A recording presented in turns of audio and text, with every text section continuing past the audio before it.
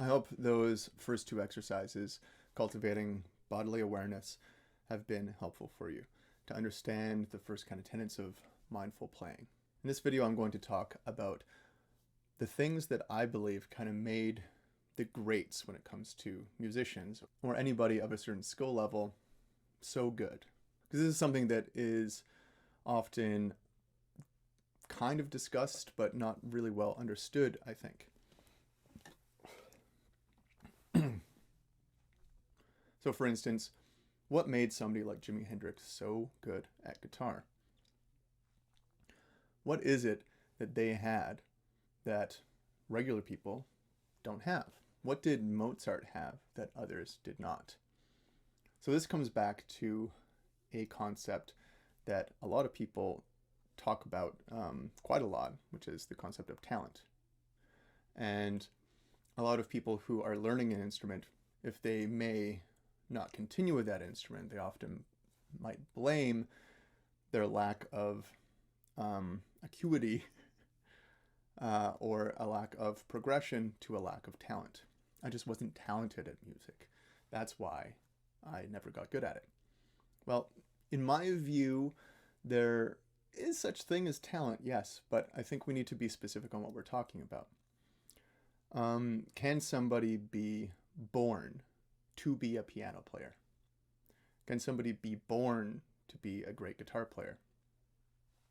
I'm not so sure about that. I don't know if it's in our genetics to be wired towards playing the guitar versus the piano, or being bad at it versus really good at it. However, there are certain things that I've found that are markers of certain people excelling within a certain field. Now, these things can be, when it comes to music, it can be an auditory and kinetic learning style.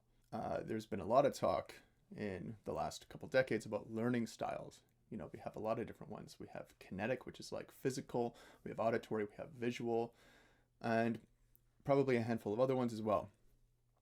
But somebody who is geared towards playing music, I would say, has developed a learning style that is hands-on, so tactile, and also is auditory. So we can listen very well, and we are kind of geared towards picking up the differences in pitches and sounds and tone and whatnot.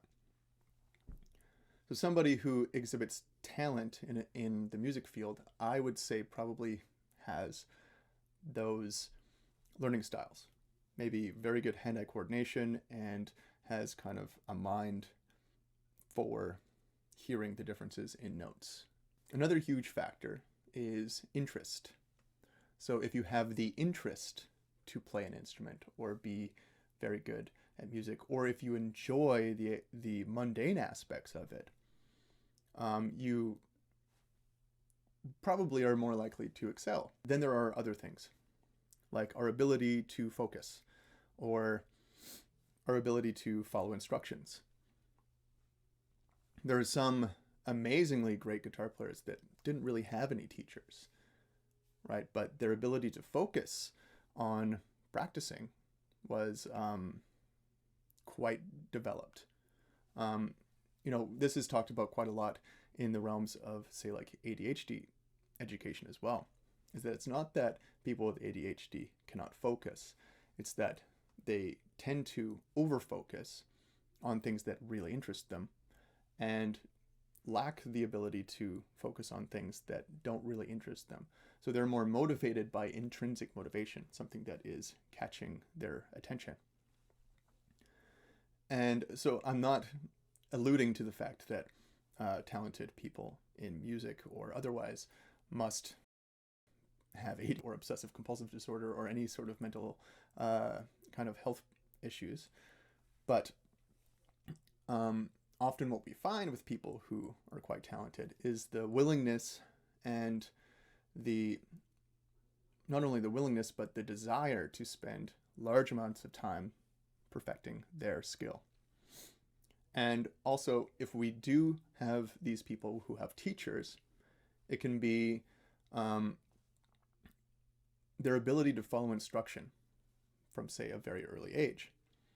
Oftentimes, I will see students who they come in, I tell them what they should be working on to meet certain goals and whatnot.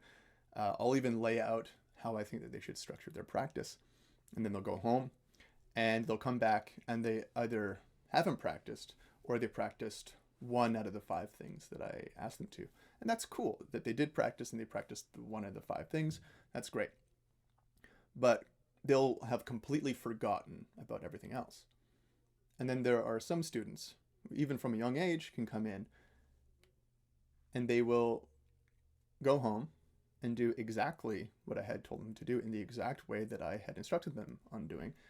And they improve quite a lot, quite quickly. And so this is largely what I see in those certain greats. You hear Eddie Van Halen talk about when he was fairly young and learning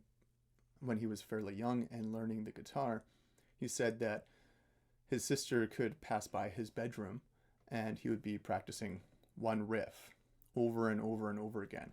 6 hours later, she would pass by his room once again and he would still be practicing that same riff on loop. So this tells me that he really had the ability to focus greatly, almost to an obsessive level in his practice. Now, should we really be trying to emulate obsessive behavior? That I'm not so sure on. But it does show that it takes quite a lot of work and dedication and focus to get to that level. However, was this person extremely present and aware and practicing in optimal ways? That I don't have enough information on. So that's what we're going to be talking about. But usually we see people who are geared towards, say, playing an instrument because of their learning style. They have a lot of intrinsic motivation and the ability to focus and follow instruction. So we're going to be building on those skills together. How to focus better, how to be self-motivated, connect with our own motivation, and even when the interest might kind of like wane a little bit, and things like this. So this is how we are kind of learning from the greats, those outliers, right? But that we don't necessarily have to completely emulate what they did, but we can try to hack our own nervous system and we can apply that to our own practice and excel much like they did.